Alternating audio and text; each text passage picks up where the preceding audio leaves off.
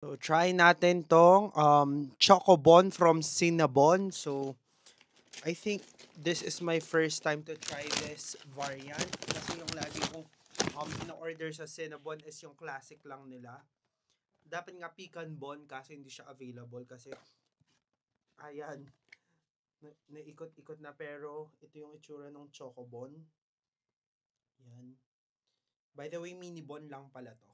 Hindi to yung regular size, yung small lang. I mean yung mini version lang ng cinnamon roll nila. So try na natin.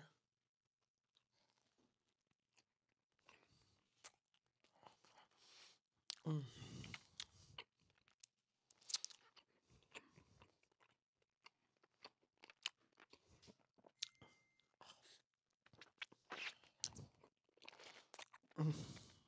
The sweetness of this cinnamon roll is okay for my liking.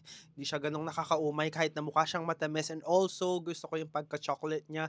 Hindi rin overpowering yung pagka-chocolate niya. And also, yung tamis ng chocolate is bumagay naman dun sa cinnamon.